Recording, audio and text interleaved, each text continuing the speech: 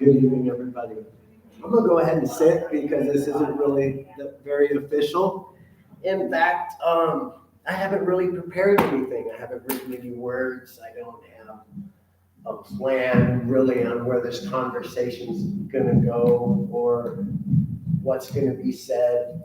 Can you still hear me? Or exactly how this is going to go, other than I'm just going to kind of, in a nutshell, talk about loosely the chain of events that led to me being in the place that this book was written. And then I'll read a short chapter from the book, and then I'll talk about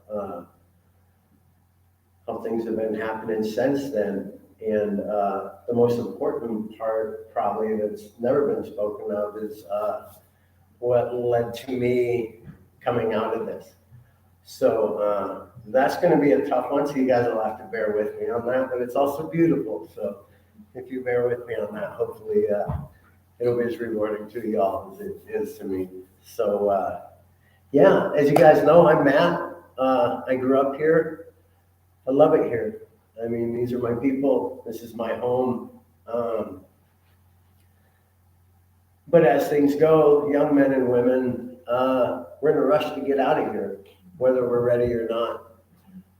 At that point in time, you guys all remember there wasn't a lot of opportunity here, especially for one that had squandered their opportunities for education.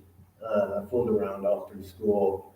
Was too cool to really pay attention and take the gift that was being offered to me in a good education. And you know, I'm a working man. I'm going to work with my hands, and I'm going to be just fine. Well, next thing you know, the mill's shutting down, and the fishing industry's changing, and the timber's non-existent. And right then, we're going to join the Army. Well, that's fantastic. That was a fit for my personality and my skill set and my interests.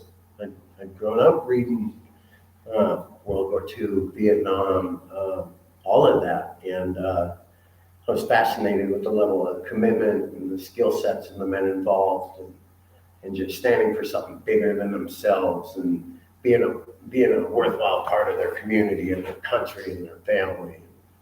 I was like, man, this is a fantastic thing for me. And it was.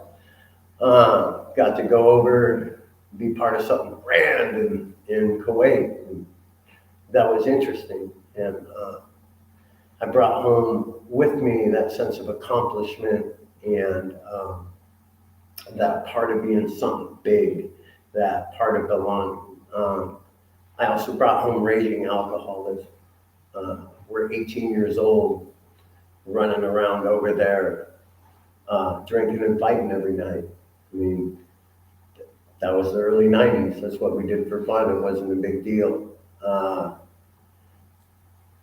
I guess in some weird manner, through nobody's fault but my own, I had really constructed these skewed ideas of what manhood is. A lot of that based on, you know, what was popular mainstream at the time. I mean, what was it? It was Arnold Schwarzenegger. It was Mike Tyson. It was Rocky. It was Rambo. You know what I mean? So it was these larger than life, exaggerated caricatures of what a man was. It's like you had to have big muscles. You had to hit the hardest. You had to not feel. You had to not be soft in any manner. You had to, you know, all these things. You guys all remember this. I'm not the only mature one in the room. So, yeah, and it's funny that I would end up where it's not funny. It's interesting that I would end up where I ended up in this book, because I'm not disadvantaged. I'm not stupid. I'm not ignorant. I did know better. I was given everything I needed to circumvent any of this by the time I was 12 years old. You know what I mean? I had that knowledge. I've been through the book, backwards, forwards, sideways. I knew these truths, but they weren't mine. they were told to me, and I told them back. Do you understand at all what I'm saying? Until I had failed and faltered and felt the sting of regret and all of those things, I could never taste redemption for myself. I could read about it, but I'm not that kind of guy. You know what I mean? I keep beating my head in the wall until it finally hurts. And then we're going to use the door. So, I'm just going to read a chapter. I'm going to talk about how I came out of this, and we'll go from there. I appreciate you all being here, and I appreciate you guys always being here in your prayers and your thoughts.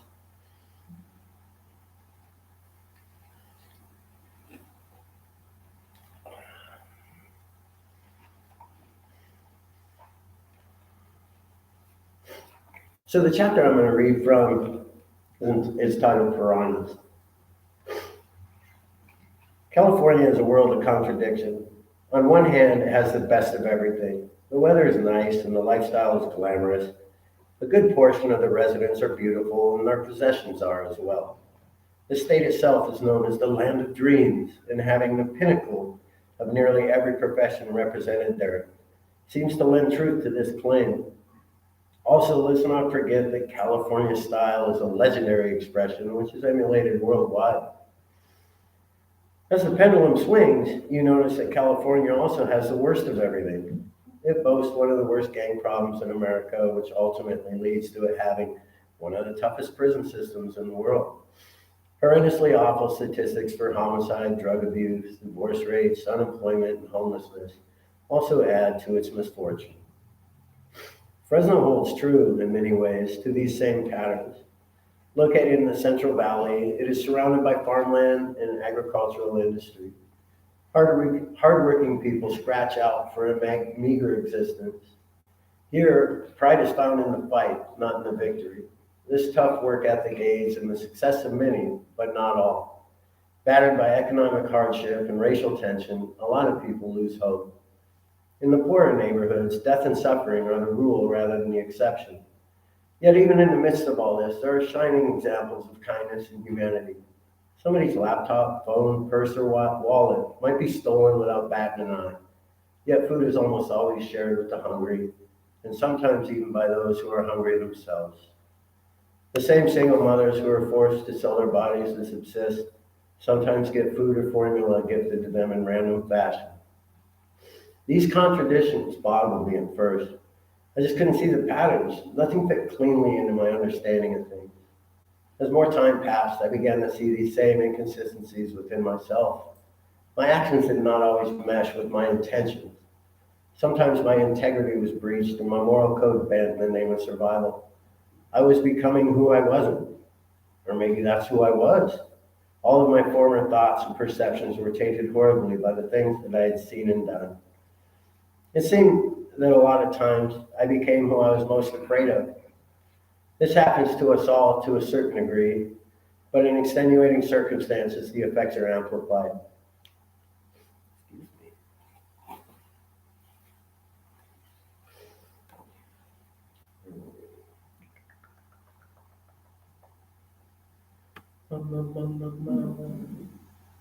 There we go. For instance, if you're afraid of a gun-carrying robber, a lot of times you end up thinking like a gun-carrying robber to avoid becoming the victim of a gun-carrying robber. At that point, it becomes counterproductive. You end up being no different than the person you're fighting against. There was, however, a silver lining. I found some of my greatest truths and my most powerful moments of peace during this time. They were rare, for the jumble of clatter in my mind wouldn't normally allow them, but I did find them. Almost without fail, I would choose alleys for moving from place to place. I found it better to stay out of the public eye and wander the byways undetected. At least it felt better. Unbeknownst to most, there's a whole different world beneath the glossy veneer and the beautiful building facades. For most, if not carefully coiffed, painted, and presented, it's not seen. My paths took me through the heart of what was real, not what was presented, through the neglected parts, through the sagging, dirty, wretched parts. Mere feet from what was supposed to be seen were the heaps of garbage and foulness, structures crumbled into ruin and teeming with vermin. Some of these buildings were attractive from front to back, through and through, well cared for and maintained. Pride obviously taken in every aspect of their operation and upkeep. These were the rare exceptions. My world, on the fringes, was not so brightly painted. It was dull brick and cinder block. It was dust and soot and refuse. It was random discord and ugliness. That is precisely what made the few so beautiful, their rarity heralding their attributes, the contrast lending to their allure, their beauty only then appreciated. I remember certain days when so many things would go wrong that it was almost funny. Literally, when each one of my ill-fated steps only moved me from one calamity to the next, when the black cloud of my ill fortune would choke me with one bad turn after another, I would watch everyday people drive by in their cars and notice how foreign they looked in their benign normalcy. I would laugh and laugh and laugh. It was ridiculous to me that I had allowed myself to be there, yet there I was, day after day. One of the residents of our camp, who I simply referred to as Cuba, I'm going to skip that one.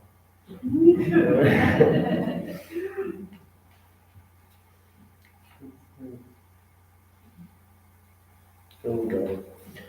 Contradictions abound in seemingly every aspect of life, but especially when you're living in the streets. Just as close acquaintances can become a threat or a liability, sometimes the inverse is actually true. On a few occasions, I was able to turn a threat of mine into an asset. Such was the case with the small packs of wild dogs that roam the wasteland around our camp. A lot of them were mistreated and abandoned, and some of them were born feral. I came to know one of them, a large female named Princess. She resembled a hyena, both in her markings and in her demeanor. She was quite fearsome. When we first moved into camp, I would often surprise her in our tent or food storage area. Initially, my intentions were to kill her. She scared me. I would frequently turn suddenly in the dark, only to find that she had been stalking me. She would lie in ambush, coiled to pounce at just the right moment. As the days stretched into weeks, and the weeks into months, we grew amicable with each other's company. As I learned more about her, a grudging respect formed within me. This propagated into something of a kinship as a grueling hardship stretched on and on. Much like me, she could rely on no one. Kindness was a stranger who rarely visited. Having been abused by her former owner and then abandoned, she was forced into survival. Forgotten and alone, she was without comfort and joy. She took what she needed. She was fierce and fast and cunning and strong. Over time, familiarity grew between us, and it came to be that I would share my food with her. Even when given, she would seize it and withdraw to the shadows, as if she had claimed it by force. She never came to beg for food, and she never waited for me to feed her. But if she were there, and I happened to be eating, I would share. It gave me a small measure of comfort to do this. I hoped that it eased her misery a bit as well. I was never able to pet her, but then again, I never really tried. Our relationship was not that. Ours was one of rival predators who tolerated each other, only because it would be too risky to try to eliminate each other. Even after we had known each other for quite a while, even after she had warmed to my presence in the area, even after she would sometimes wag her tail when she saw me, I would still sometimes turn to see her stalking me. And every time I would ride my bike from camp after dark, she would spring from the blackness and try to tear me off of it, an inky whirlwind of gnashing teeth and corded muscle. But in the manner of most things out here, there was a contradiction to this, a paradox that made this nemesis of mine an ally. Because I knew this creature and I knew of her ways, it gave me an edge. There were many times when people came to camp after dark looking to do me harm. Time and again, she would drive intruders away, savaging their limbs during their flight. She wouldn't do this out of allegiance to me, but out of instinct born of hardship. She did this to survive, and in turn, it helped me survive. You see, when you swim with piranhas, that's all you have to worry about. Not crocs, not snakes, not boars or jaguars, only piranhas. As long as I didn't show any weakness or aggression towards her, she would recognize my place there. Those who were not recognized had a cruel surprise waiting for them in the dark.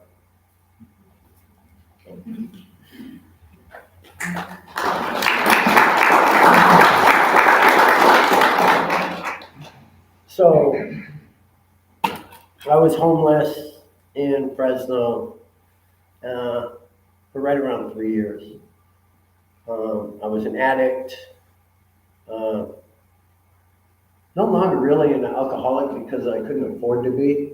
The nature of the drug trade down there is there's a lot of barter. So yeah, I was homeless. I wasn't couch surfing with friends. I wasn't at this shelter to that shelter to the other shelter. I was honestly goodness homeless, eating out of dumpsters, eating whatever I could eat, taking what I needed by whichever way I needed to get it. And it was a bad place to be. What's really interesting to me is there's so many times I should have died. I got myself into so many messes, and there was just so much calamity and so much foulness and danger. And it's just, I really shouldn't have survived. And I realize now that the Lord was with me the whole time. And even more than that, He didn't just spare me so I could squeak by and resume the kind of life I had been living, because that's what was happening before. As I would just manage to survive and squeak by and keep on going, I never changed. I wanted the results of my decisions to go away. I wanted the consequence and repercussion to be gone. But I never wanted to change who I was and what had brought that about. I only wanted to not suffer for what I'd done. And what finally changed for me, I guess it took me reaching my bottom, which some of us, that's not very far. Me being me, it's pretty much all the way. So how I got out of there is really just amazing. And I still have a hard time speaking of it, even privately, but this will be the first time publicly, so bear with me and we'll get through it. So I'd been released from county yet again. County's right there in the middle of Fresno. And although I had been in some pretty good trouble here in Alaska, I was new in California. No prison priors, no gang injunctions, no strikes, no. So as far as they were concerned, I was lily white. I was just a brand new guy. Well, at that point in time, and probably still, there was so much overcrowding that as soon as you go in for whatever charge, if you don't have either a gang injunction, a strike, or some serious priors, you're out the next morning, because the feds pay the foot most of the bill to keep you locked up. So there I was getting out once again, except this time I'd been sober long enough that I just wanted change. In fact, I've been sober long enough now that I had a glimmer of hope. And I'd received a visit, and now I had my mother's phone number, and now, maybe I can go to the VA and they can help me get on my feet, and they can give me some counseling and all these things. And so that's why it hurt so bad when I got out and I had nowhere to go. I was just walking back to the same camp down by the railroad tracks to reclaim my spot by whatever means necessary, and then get back to the business of living, which for me was go hitting licks and getting high. And I was desperate, and I was in anguish, and I did something I had never done yet to that point, is I asked the Lord for help. Earnestly. honestly, with everything in me. So Fresno County is right in the center, basically of downtown Fresno, and very near to it is it's called the Fulton Street Mall. And it's this open air city center area where there's some storefronts and there'll be taco trucks and little stands where they sell T-shirts and socks and party balloons and all these different things. And um, it's just a place where people go and mingle and spend money and do what they do at the city center. Well, in the Fulton Street Mall, there was one of the last phone booths probably in the whole world. Like, there's no more payphones anywhere, right? They were tearing them all out. Well, I didn't have a dime in my pocket anyway, so what I'm going to do? But I'm walking down the middle of the Fulton Street Mall in broad daylight. It had just been released, and it's pretty obvious when somebody's just been released. I mean, you can spot them a mile away. And I'm walking through the mall and I'm bawling and I'm praying out loud to the Lord, help me. I don't know what to do. I don't know what to do. Help. And I see that payphone, and I walk up, and the only thing I can remember is my mom's new number, which years ago I had lost all my contact numbers, all my addresses, everything. I tried calling 907-767-5585, which has been my number for 1,000 years, but it wasn't then. I picked up that phone, I dialed my mom's new number, and I heard her say hello, and I had to, you have a collect call from, and when they said that, Mom, I'm in Fresno, I'll be at the rescue mission, and that was it. So on the other end, in Minot, North Dakota, my mom with her spectacles, and she couldn't afford to get long distance phone calls. So she's trying to find her credit card so she can accept this call that I'm on a whim just shooting out there on the way by. And I didn't know if she ever got that call or not. And I mean, I can imagine how she felt when she finally got her credit card, and I had hung up and kept walking. I mean, she hadn't heard from me in 7 years. Well, I know she's been praying every day. I heard it. So what was happening on that end is I guess she immediately called Tim, who was at work, and said, I just got a call from Matt. We got to go to Fresno. And he said, I'll be there in 10 minutes. And he burned home, and they packed the truck, and they whipped out an Atlas, and they started driving to Fresno. So meanwhile in Fresno, I have no idea if she got the call or not. I've been crying to the Lord for help, but that didn't amount to much. But my last case scenario is going back to that camp. Hey, I'm going to try that rescue mission. It was always kind of beneath me, I guess. But let me be perfectly honest with you as well. All those places where you can get help, you got to be sober. You got to be clean. Like if it costs that, up until this point, I wasn't willing to pay that. But no, it was running out of options. So I went to the Fresno Rescue Mission, and the deal is you don't do an intake survey. There's no funding that pays for your bed. You don't reserve a room. You don't, what I mean? You stand in line. Maybe you get in, maybe you don't. And when you're in, you're there tonight. And then tomorrow you try again. Maybe you don't get in. Maybe you do. But I got in that night. And what you do is they give you a meal and a bed, and you pay for it by doing chores around the facility to help perpetuate the upkeep of it and the operation of it. And then you go to a church service there at night.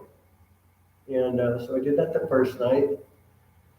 And I did my chores, blah, blah, blah. And the next day, I did it again, did my chores, went to the church service. And I turned around to leave, and in the back was my mom and Tim standing there. So Anybody that knows my mom knows how absolutely improbable that is. First of all, with her 2 pairs of bifocals in her road atlas, in her Ford Ranger, driving to Fresno, to the Fresno Rescue Mission. Now, granted, it is called that, but, yeah, I mean, I'm going to go ahead and say that God brought her to me, and brought me to her, or did something, because I really don't see it any other way. She didn't know what was there when she got there either. Was I going to rob them blind? Was I going to hurt them? Would I even get in the truck? You know what I mean? She came. If nothing else, to see me one last time. It was y'all's prayers. It was her prayers. And then I guess maybe mine too. I mean, it's all pretty amazing and pretty improbable, and I can't chalk it up to anything else but the hand of God, not only protecting me in the midst of all that, but leading me out of it. But here's the best part, like, that's not the end. That's the beginning. Like, now that that's behind me, I don't want to wish that away. I don't want to forget it. I don't want to tightly ball it up and never speak of it. I'm more for having gone through that. I'm more for having tasted His grace and redemption. I'm more for having to try when I have nothing, for having to decide that, yeah, every day I'm going to wake up and I'm going to decide the type of man I want to be, and I'm going to be it. We all have that power. He gave that to us. As we all have the capacity for sin within us, we all have the capacity to be something beautiful. I feel blessed that I went through that because of who I am today, how He's restored me and drawn me closer to Him, and the life He's given me. I don't deserve any of it. I have a fantastic life, and I shouldn't. I don't deserve that, not by my own merit. And all it really took is me deciding I was done with that, and to go ahead and ask for help. Wow, right? You know, you go into programs, and either addiction programs or behavioral modification.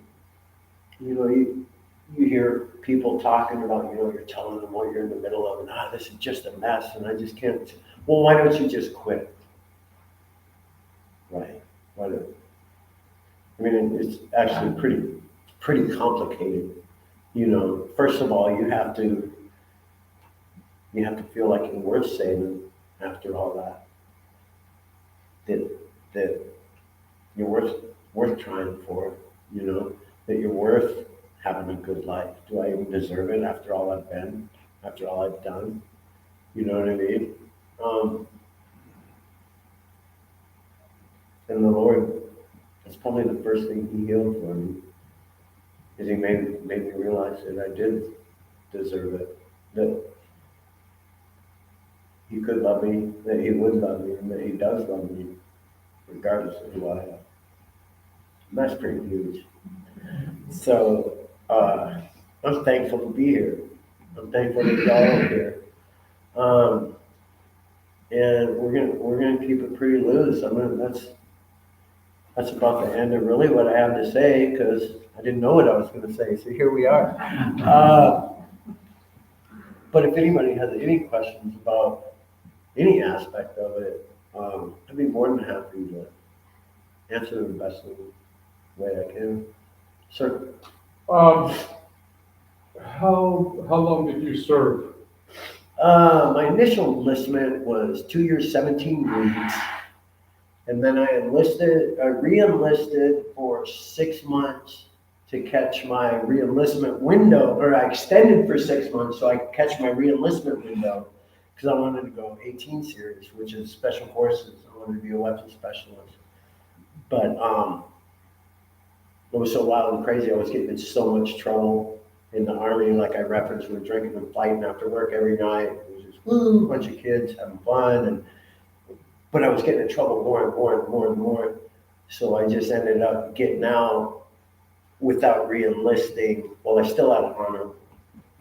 So, And at what point were you diagnosed with PTSD?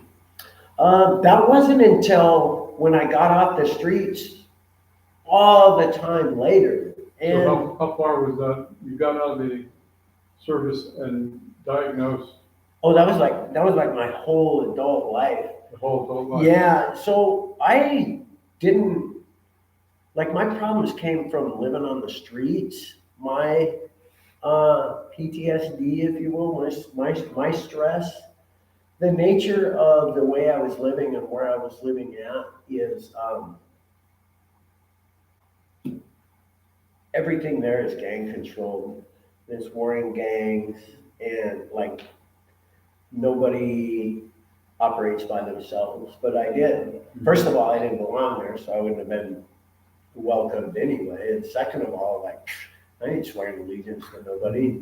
You know what I mean? Mhm. So, but the kinds of things I was involved in the areas of commerce, if you will, that I was subsisting in, I was constantly in these guys' area of operations in their backyard. Hmm. So to be always interacting with these guys, and they've got all the angles and all the muscle power and all the juice, and I have nothing, I always had to be thinking like 16 moves ahead, or I just wasn't going to make it. And so, like, first of all, that was like excruciatingly tiring. But the second part of that is it kind of stuck, because as I pared away all the things that were soft and good and kind, so I could be more effective and operate there and stay alive and be safe and become more like that, so I could survive, the more on instinct and reflex I was running instead of rational cognitive thought, like a human being. You know what I mean? Like a grown up. May I ask you who diagnosed you? Was it a vet hospital, and why they didn't, at that point, help you out if it was a vet hospital? No, she 100% did. So when I finally got to Minot with my mom, and thank you for asking that. So that's actually what led to me writing the book. So when I got to Minot, I realized that if I just kept wanting the same results, if I wanted something different with the same patterns, I was just going to get the same results. So I went to reinvent. I mean, I stopped dressing like a street person or a gangster. I stopped talking like them. I stopped acting like them. I definitely stopped associating with them. I mean, I was 3,000 miles away. So I got like a do-over, I guess. I got to go there with nothing and strip it all away and just start over. And like, actually, who do I want to be? You know what I mean? Not stuck in any old patterns, or not stuck in, oh, you're just a convict, or oh, you're just an addict. Because what happened when I started carrying some of those labels, I did let them define me. In fact, I was so rebellious that I embraced them. You know, because it hurt to hear that. I'll never be anything more than a convict or an addict. So yeah, I'm a convict. You know what I mean? Yep. And so I stuck myself in these boxes, in these labels that were thrust upon me that I surely didn't have to be. Nobody has any power over you by what they call you, but I sure gave that to them. You know what I mean? So as I'm reinventing myself with the Lord's help, I'm going to light.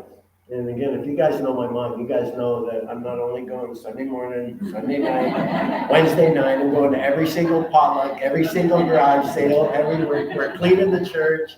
So, like, I'm really grounding myself in this, and this is who I want to be, and this is, but like, there were still some patterns that were really like I was like super reactive. If a car would slow down when I'm walking on the sidewalk, I'm either going toward them or I'm going away from them, but I'm reacting.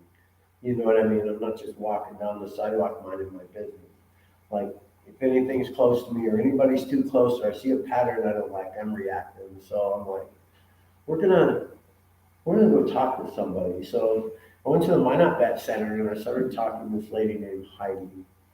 And she really helped me with putting a lot of things in perspective and structuring how I thought, because we can and should form our thoughts. You know what I mean? I can't help how I feel, but I can have a lot of input in how I think or how I choose to think intentionally.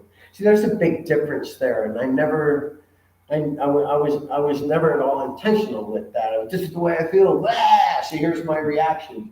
You know what I mean? And it doesn't have to be that. In fact, it shouldn't be that.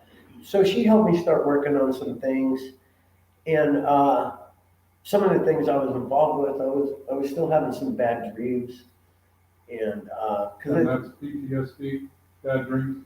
that was part of it for me. Yeah. Most of it was the reactive stuff. I didn't really care about the bad dreams as much as the reactive stuff. I see. When she was like, these bad dreams, she said, I'll tell you what, why don't you just write it down?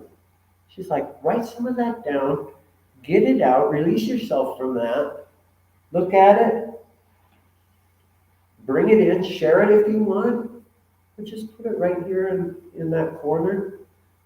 And be done with it, or hang on to it and reread it. But you don't have to.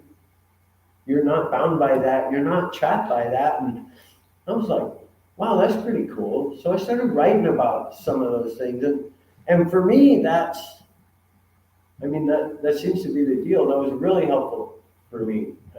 Everybody has their own way they process things, the way they heal from things, the way they grow from things. For me, writing it and expressing myself honestly in a way that I didn't have to worry about what anybody thought of me or what they were going to say back to me.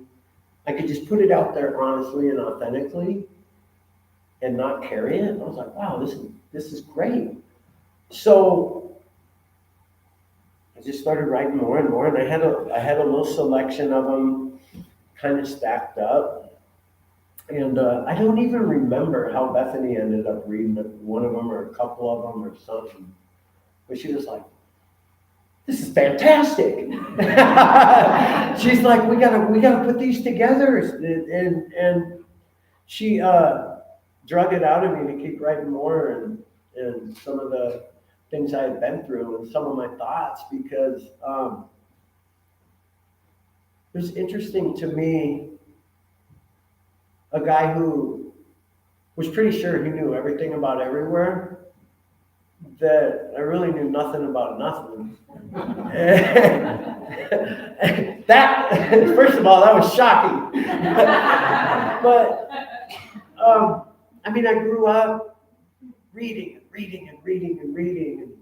And my mom has like every issue of National Geographic Explorer from like 1962 to present. And so I knew a lot of things about all these different places based on one sentence or one picture I had seen.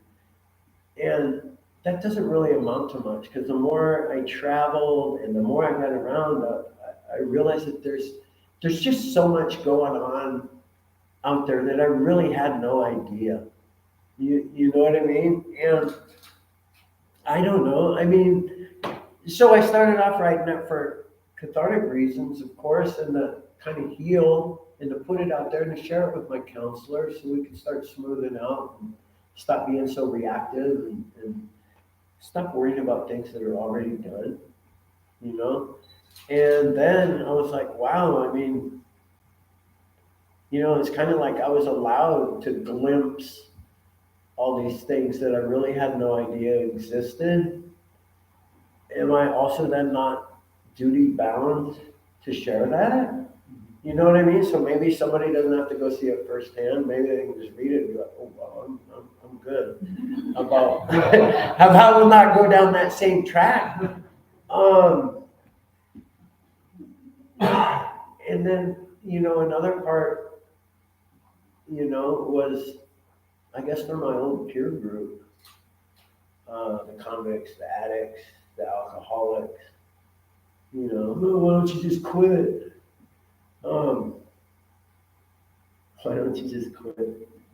I'll be darned. I just decided to quit. And with the Lord's help, there it was. I mean, Oh, I'm sorry. no. One last question. Yeah. From what you said and writing it down, can you be cured from PTSD, or can it come back at any time, or compartmentalized? That's a real good question. I don't have the answers to that, but I am super, super intrigued by the psychology of human beings and the mechanisms and patterns we have that we don't really know we do. I would like to explore that further. Getting old, I'm running out of time to go back to school, but I can always take online college courses. I'm really interested in doing that because it's my faith alone that has brought me out and not only restored me, but making me more of a man I feel than I ever was. But I'm also duty bound to try and understand myself and my patterns and my shortcomings. And it seems like, I don't know, it seems like I spent a lot of time hoping for a miracle. And until I actually earnestly asked him and surrendered myself to him and did my part, only then did I get one. You know what I mean? So, I'm super fascinated by the patterns I would keep slipping in. And surely I'm not the only person that operates in certain ways. You know what I mean? So yeah, I'm not quite sure how to answer that. I'm super interested in that. And I think trauma, wow, that's a biggie. It's all around us in many different forms, and it manifests itself in one way or another, just about all of our lives, whether we realize it or not, and how we deal with certain situations, with certain people, so there's a lot to unpack there. That the only way I know how to start is just to be honest with myself and honest with the Lord when I'm asking for his help. So that wasn't much of an answer, but that's what I got. No, perfect. Thank you.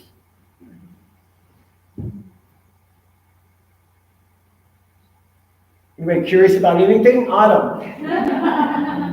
I just want you to talk about, I don't know that if everybody actually knows your parents and knows the people you were raised by, but I've heard you say many times, and you said it even tonight, you had all the tools that you needed to avoid all of this by the age of 12. But for those that might not know who Bonnie and Gary Davidson were. I was raised in the church.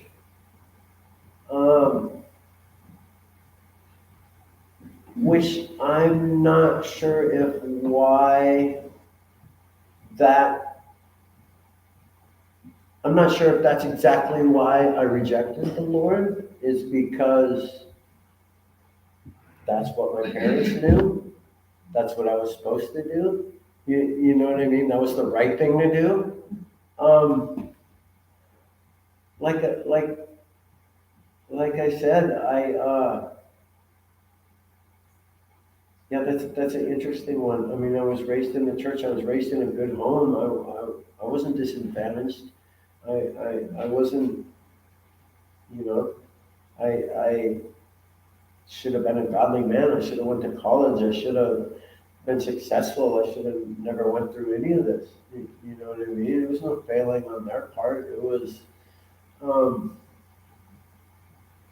I'm not quite sure why it all went the way it did, other than I had to find this all out for myself. Um,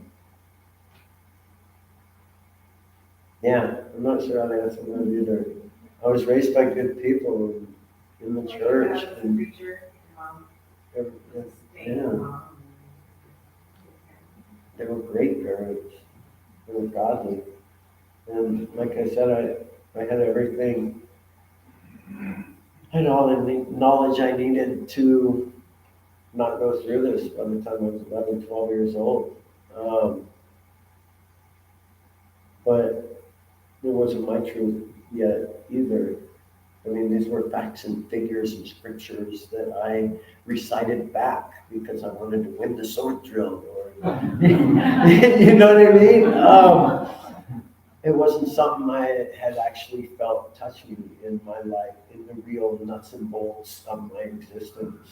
So, yeah, um, I think most of the people here know their parents. Yeah, I mean, Yes. Hi, I just want to say I'm proud of you and everybody else that's on a sobriety path right now. I think clarity is really a crisis tool for everybody to be doing that path. But I don't think this addiction discriminates. I don't think anybody does anything wrong, or they're so perfect they're not going to do anything wrong. And we all know it doesn't discriminate. So my question for you, I guess, would be, do you feel like you're always going to have your guard up? Because that's what I've read and read. I did a lot of research on this myself.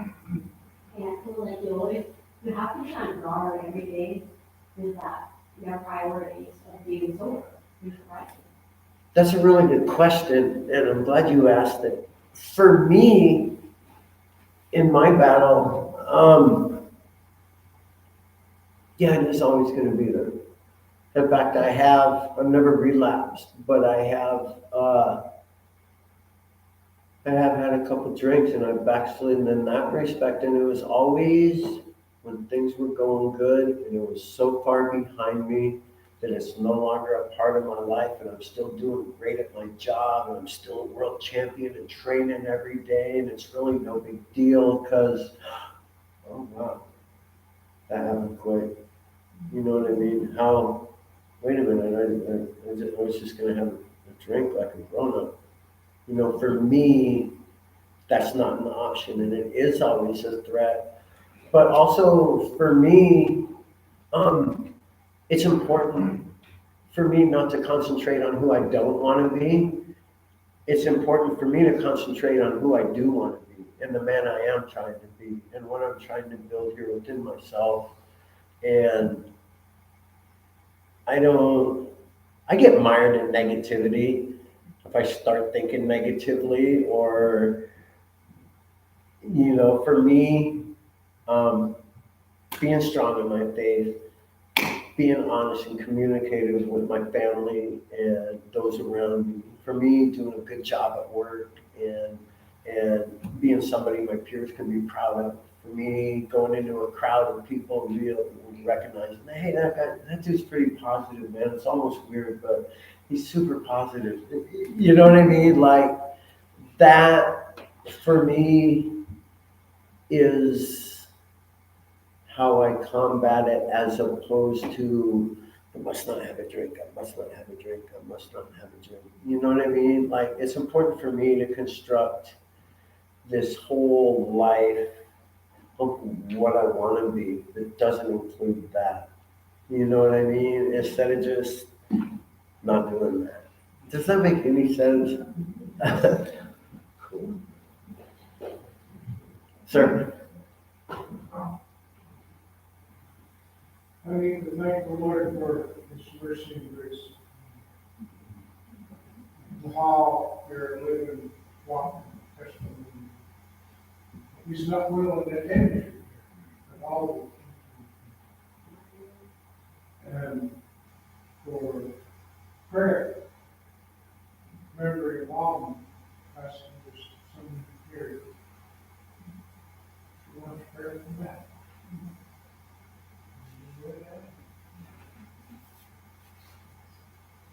It's, I admire your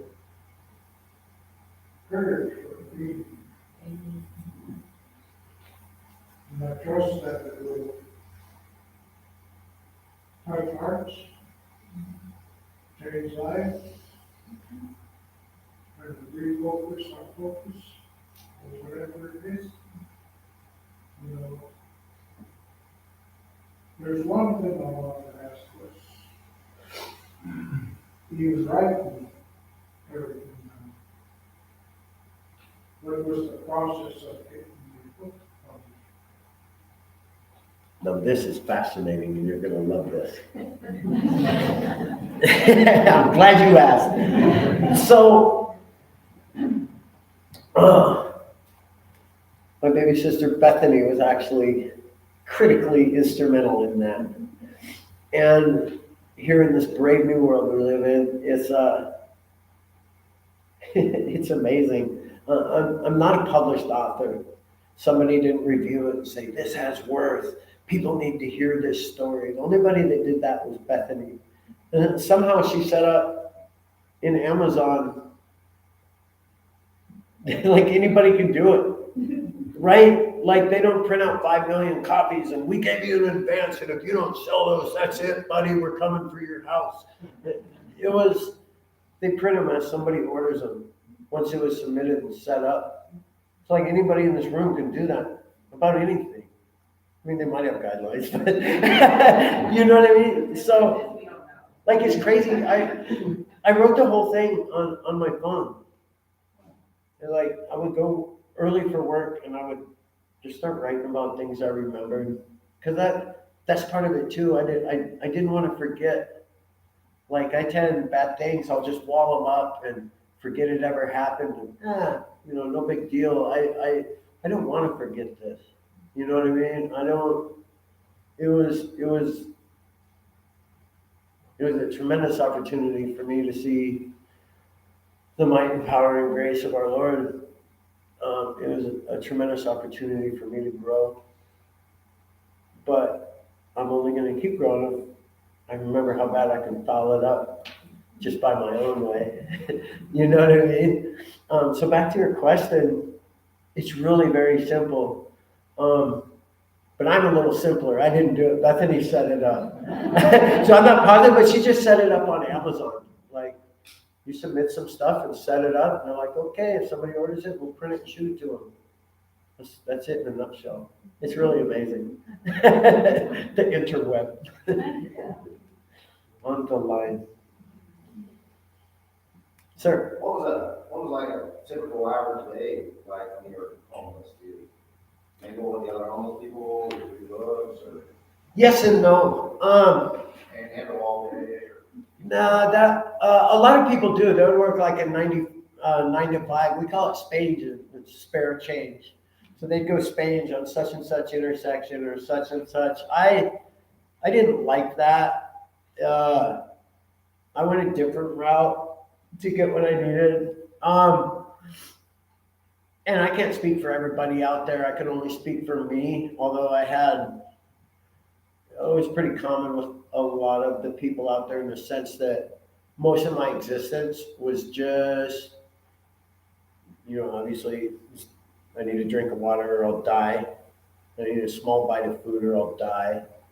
But most of my existence was spent on getting high and doing things that would support that, because drugs aren't free. And I was homeless and jobless.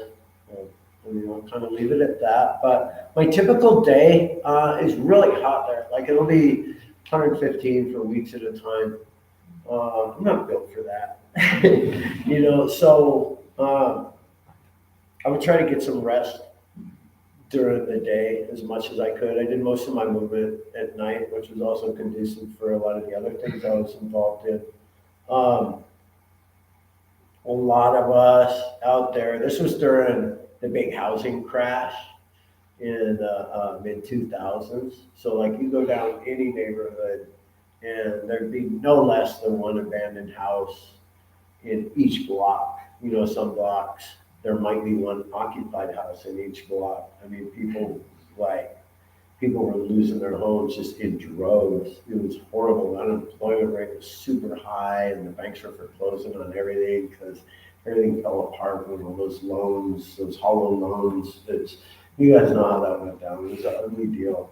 But there was a lot of empty structures, and some of them had water, some of them didn't. Some of them had electricity, some of them didn't. But most of them had shade, which was super important. And most of them, if you were careful, had privacy, which was super important. So if you didn't leave a big signature and you weren't rash and reckless with your movements and you didn't create a bunch of damage, you could find somewhere quiet where you could safely get some sleep during the heat of the day.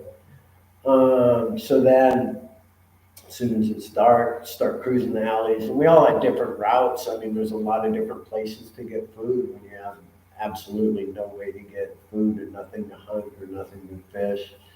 The American society is just massively wasteful because that's the way it has to be. You can't have people getting sick off 2-day-old pizza.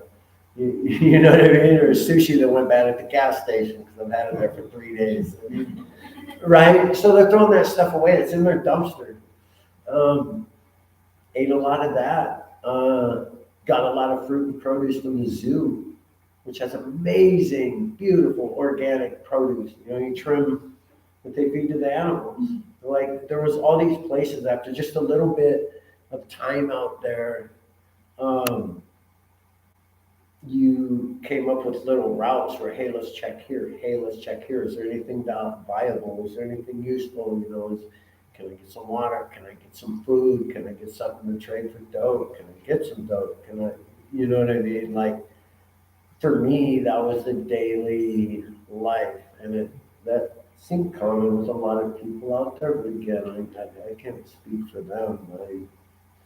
I was just me.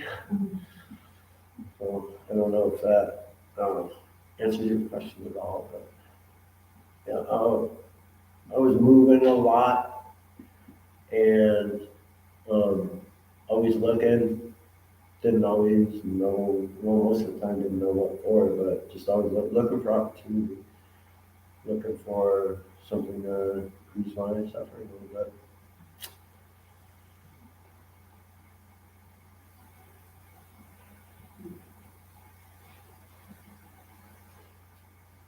After you left the military, how did you end up in prison?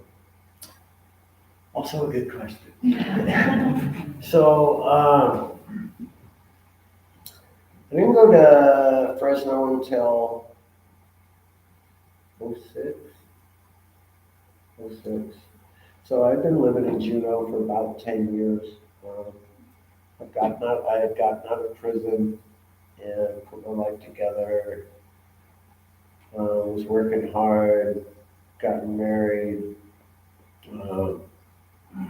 bought a house, was really on a good track. Like I kind of defied the law of statistics in that respect, in the sense that when I got out, I didn't go back. I re-entered society and was a successful, productive member, and things were looking really good, but I never addressed my alcoholism. I mean, I was dry, of course, when I was in prison, but I had never changed my outlook or my thought patterns or whatever.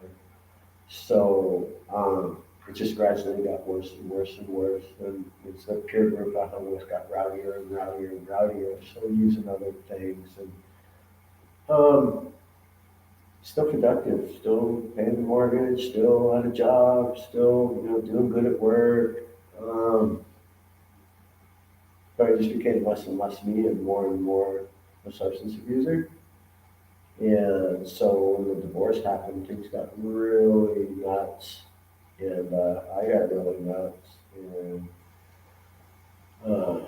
well, I went up and I was working out of town for like 6 months in Anchorage. And that's where I met the girl I went to Fresno with and I finalized everything and went down. And I mean, it was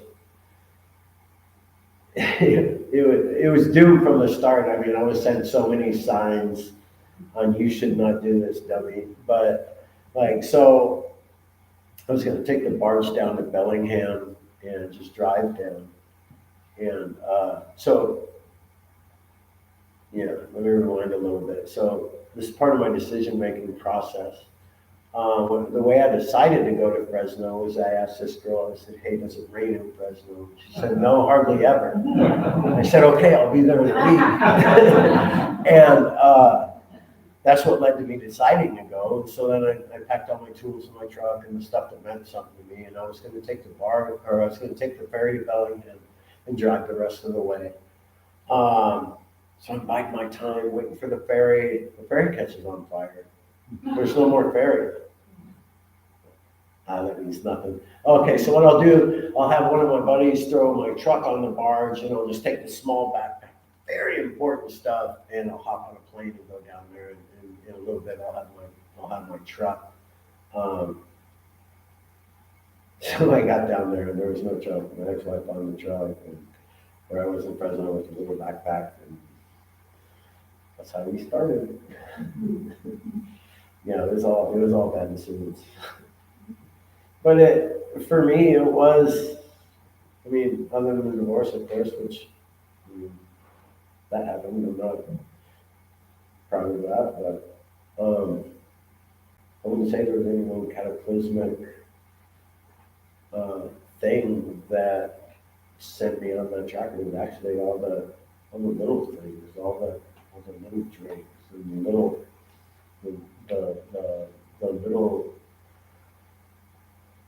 It just snowballed. Like, I didn't have my head in the right place. I didn't have my eyes on the prize, and I definitely didn't have my heart with the Lord.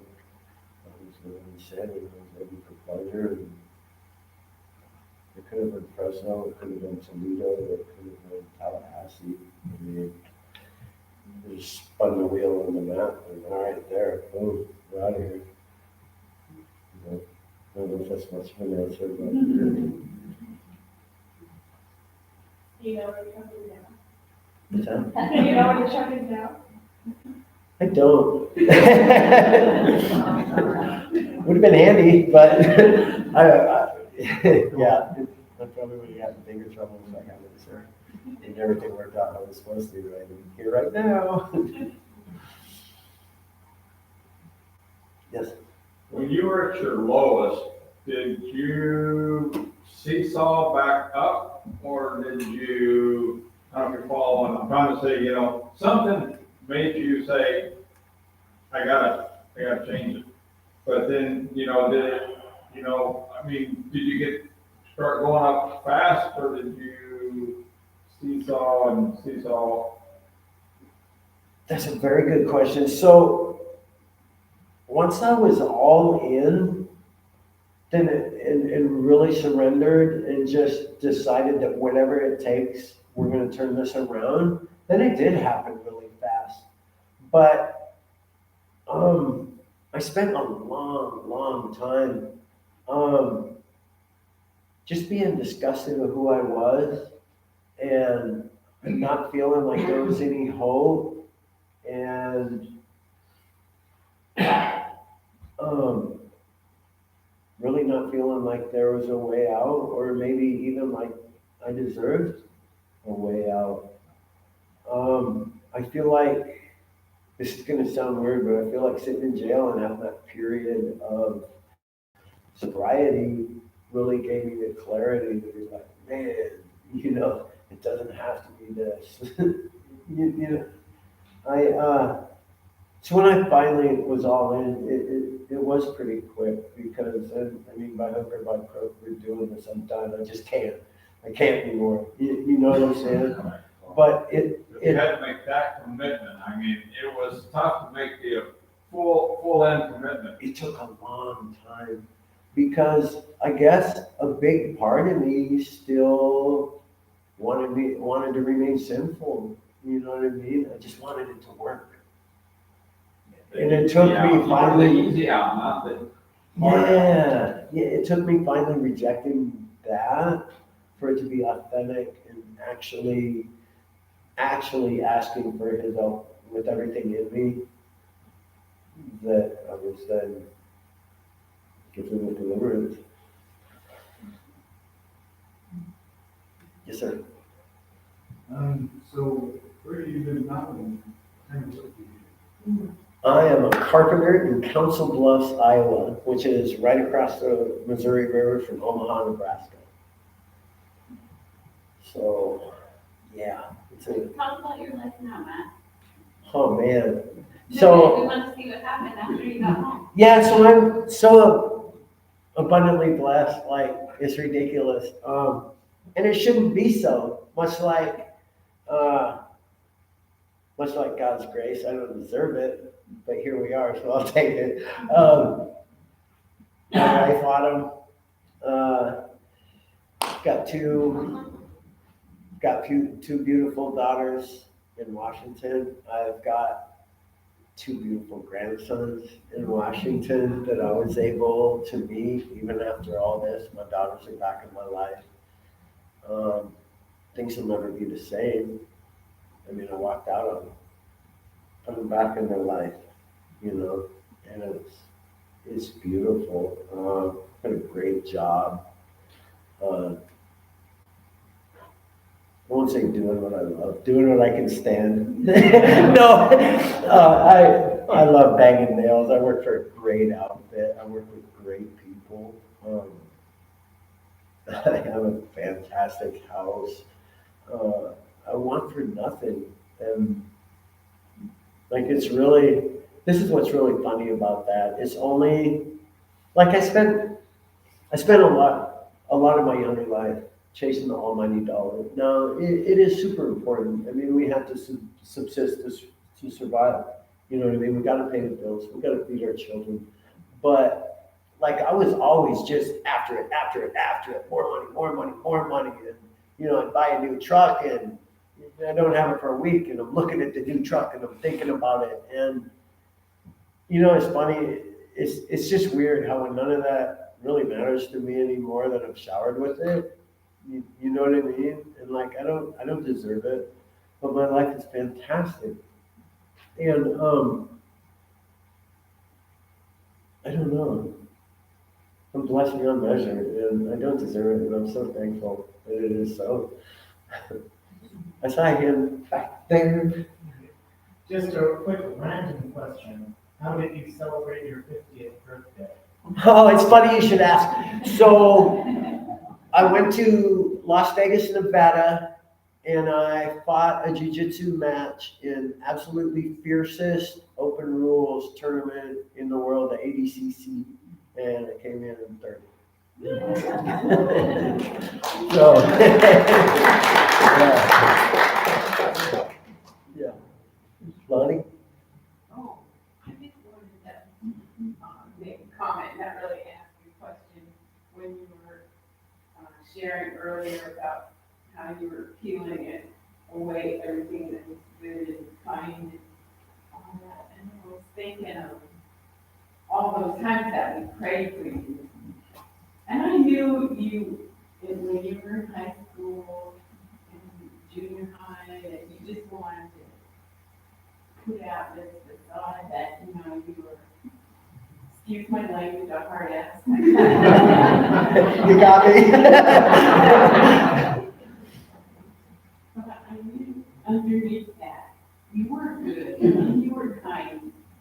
that kind person that was feeding that dog that only knew fear since.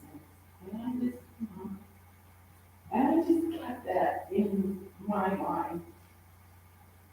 When I would pray for you, that the Lord would restore that kind young boy that came to Klukwan at 8 years old, had the cowlick on his forehead. That's why my hair's like this. And the Lord has answered our prayers, and I'm so thankful to see you in the way that God intended you to be. And I'm so thankful. Thank you, Lonnie.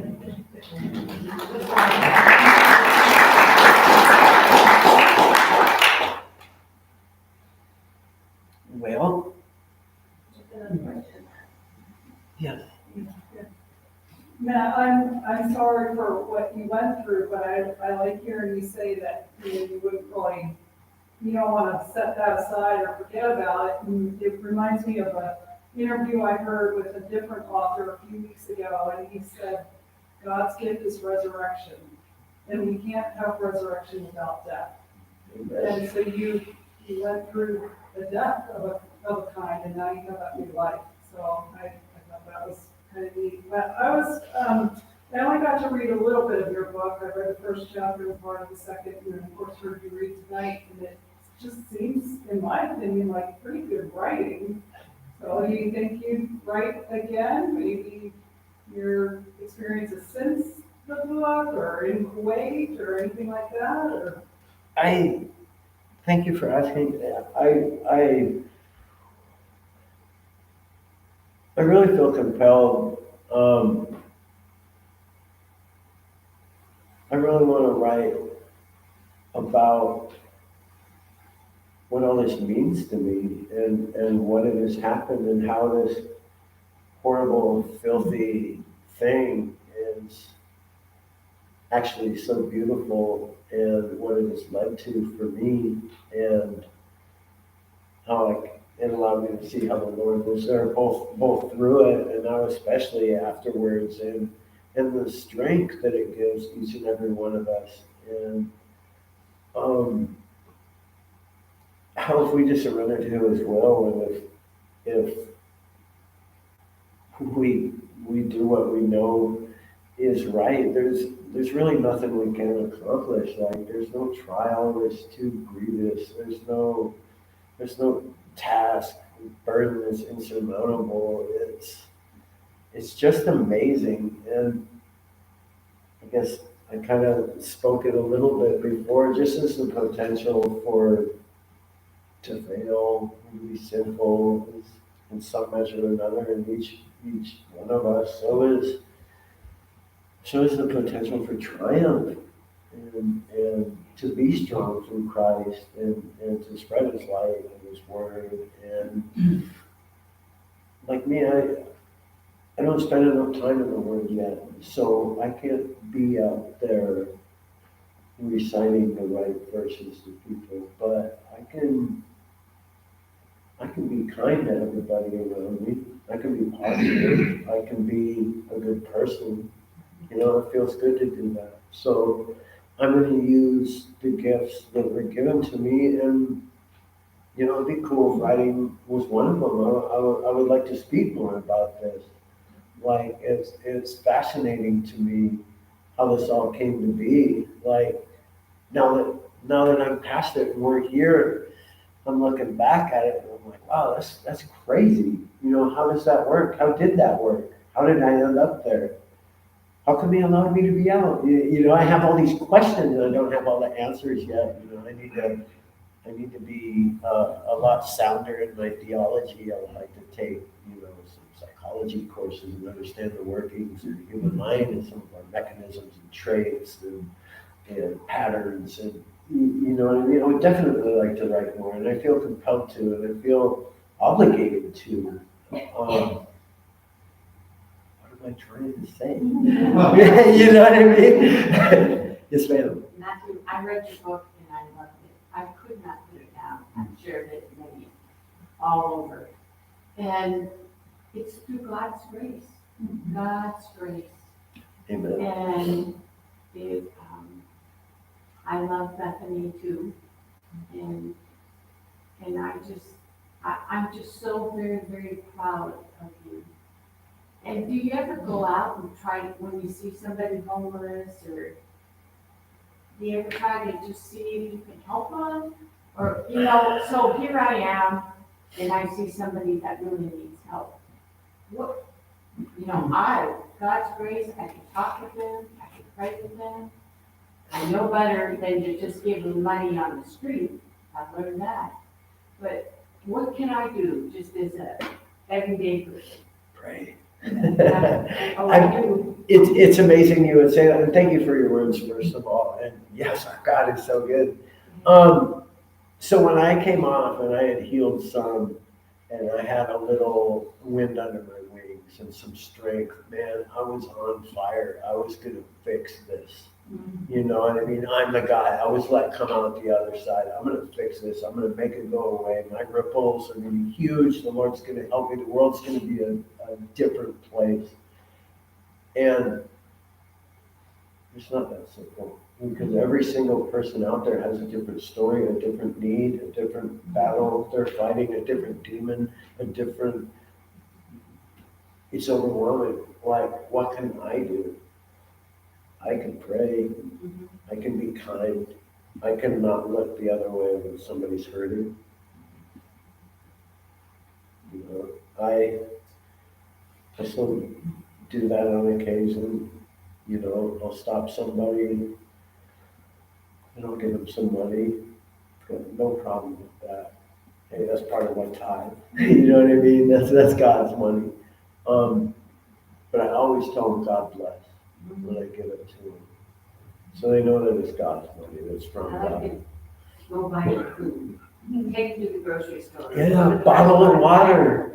Instead of just, A simple word, don't lose hope, God bless. You know what I mean? Like, people, I never spaged, I never begged, I never asked, nothing. I minded my own business. I tried not to be seen, and I would get mine after dark when I needed it. And it absolutely would just move me to tears when somebody would, out of blue, come do something kind to me. You know what I mean? I mean, it's so big, just as simple as things. Just human kindness. I see you. God bless. It's a big deal. Yes, ma'am. Do you get opportunity to talk to younger kids? I have once with a church group, actually twice, but no, I haven't made the time, man. I haven't sought that out.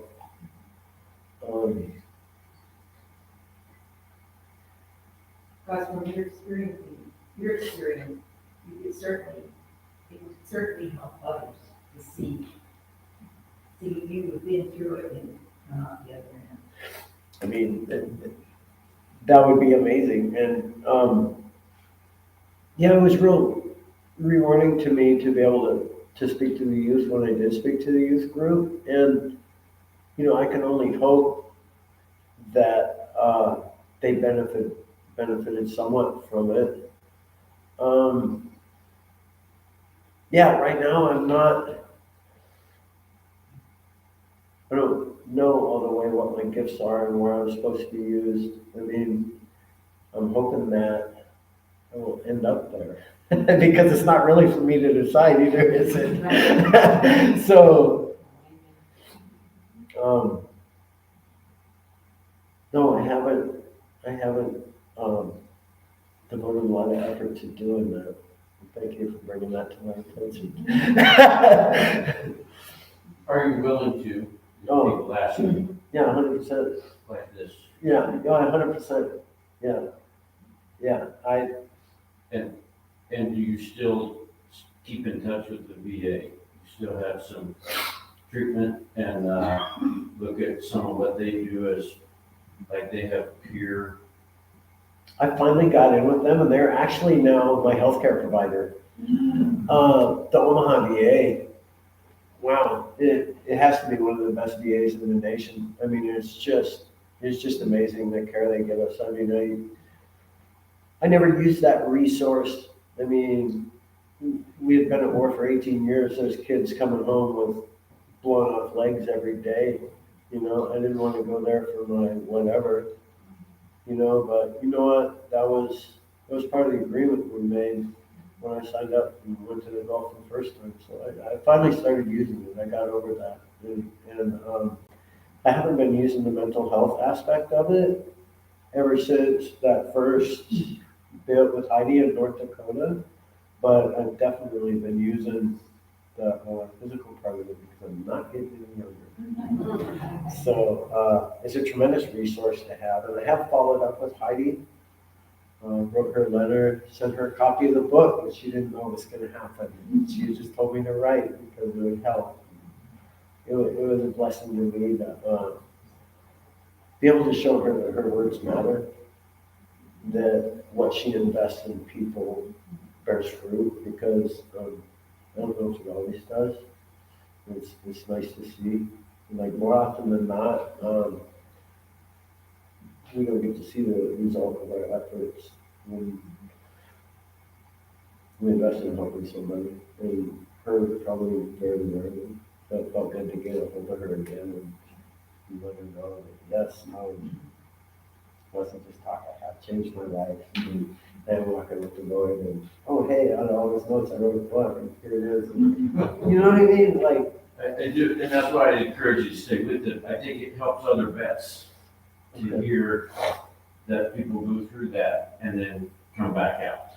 And that's why I think you've got a natural job coming. If you want. You don't want to be carpenter. that's cool. Your demeanor, and what you are saying, it just sounds like testimony. It doesn't, it's so sincere. I'm an old theater guy, I have film and television background. You are so sincere that you are entirely necessary. What you do, in my opinion, is wonderful. Thank you. Thank you. You want to move one way or the other, and I'll move the mic? Yeah, let's do that. Thank you.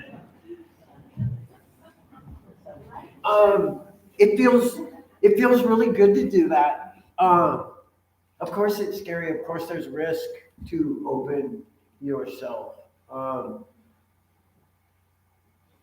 As an addict, after all the deceit and treachery and lies and selfishness and all those things that come with being an addict, it feels really good to be honest. And not just publicly to my people. You know what I mean? Like, it feels good to be honest. It's not the most favorable light, but it feels really good to speak these words and to share my failings as well as the redemption. Because, I mean, it's like I've said a bunch of times, I mean, that potential is in all of us. If we're not intentional with our lives, and our thoughts, and our speech, and our actions, that's how it was for me. It just kind of happened. Yes, ma'am. Yeah, I'd just like to say, Matt, that you had said during your talk that you should have been dead, down there, and I said, no, we were praying for you. Mm-hmm. Your mom and I prayed many times together. She would, I don't know where he is, she'd say, I don't know where he is, but God does. I said, that's right, God knows where he is, and he's there with him right now. When we can't be there, I said, he's there with him. And we prayed that God would take care of you, no matter where you were, because we didn't know, she didn't know, but God did. No matter where you are, God knows. And that's what counts. And what, we're hearing it from your side, they're hearing it from your side. I heard it from your mom's side. About you going down there and kicking non-stop. Like you said, it's almost 3,000 miles, non-stop. They went down, and they didn't know exactly where to go either. She said they got down to Fresno and she thought, well, maybe it's a mission somewhere. So they went into that mission not knowing which one to go to. that they prayed God to lead them to where you were. And they went, she said, "Where's Daddy back there?" And there's Matt. She said, "There's Matt up there." And, you know, it reminds me of the story of prodigal son reversed, which of course they went to you. But, as soon as she heard from you, she knew where you were. Boom, they didn't stop. They said, "Well, maybe we should go." I don't know what shape you said, maybe I should wait, maybe I should send somebody else. No, they went. They went to get you. Because God, yeah, prayers are there, but yeah, you were alive because God was with you. And our prayers kept you alive and brought you where you are today. With God, but we kept, those prayers kept you. Amen. That's, I mean, it's so amazing to hear that from mom's side as well. You know what I mean? Because from my side, it's just so improbable that should have worked out. Your mom and I are very close. I'm like, we may not talk to each other for months, but like in 2015, we hadn't seen each other for a couple of years, and we went to visit with her. Ed and I went there and hung out and visited with her and Tim, and it was just like we'd never been apart, you know. Anyway, but that's the way it is every time I'm on the phone with her or anything. You know, but yeah, she said, "Yeah, he called. We found out he was in Fresno. We had to go get him." And I said, "Yeah, wow, that's great. Great support. You know, the happy ending or the God ending. God beginning, as you said." That's what I'm saying. It's so ridiculous. I mean, she should. Yeah, I mean, yeah. She never gave up. Mother, press order's mission.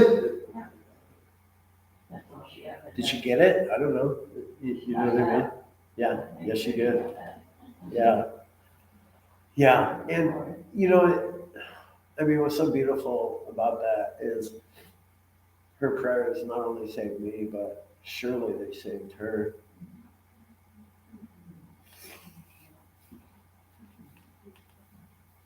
I mean, how did that not rip her heart out? Not knowing where her son was, you know? So he was with her too. It's pretty amazing.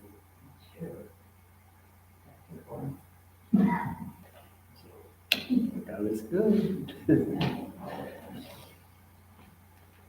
Oh. So,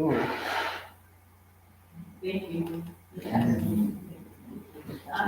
Matt did, bring a few books, if you have not had a chance to get one. This would be a great time to get him to sign this.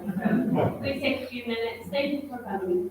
Thank you for supporting Matt and loving him and praying for him. I'm glad you did. thanks you guys, and I'm sorry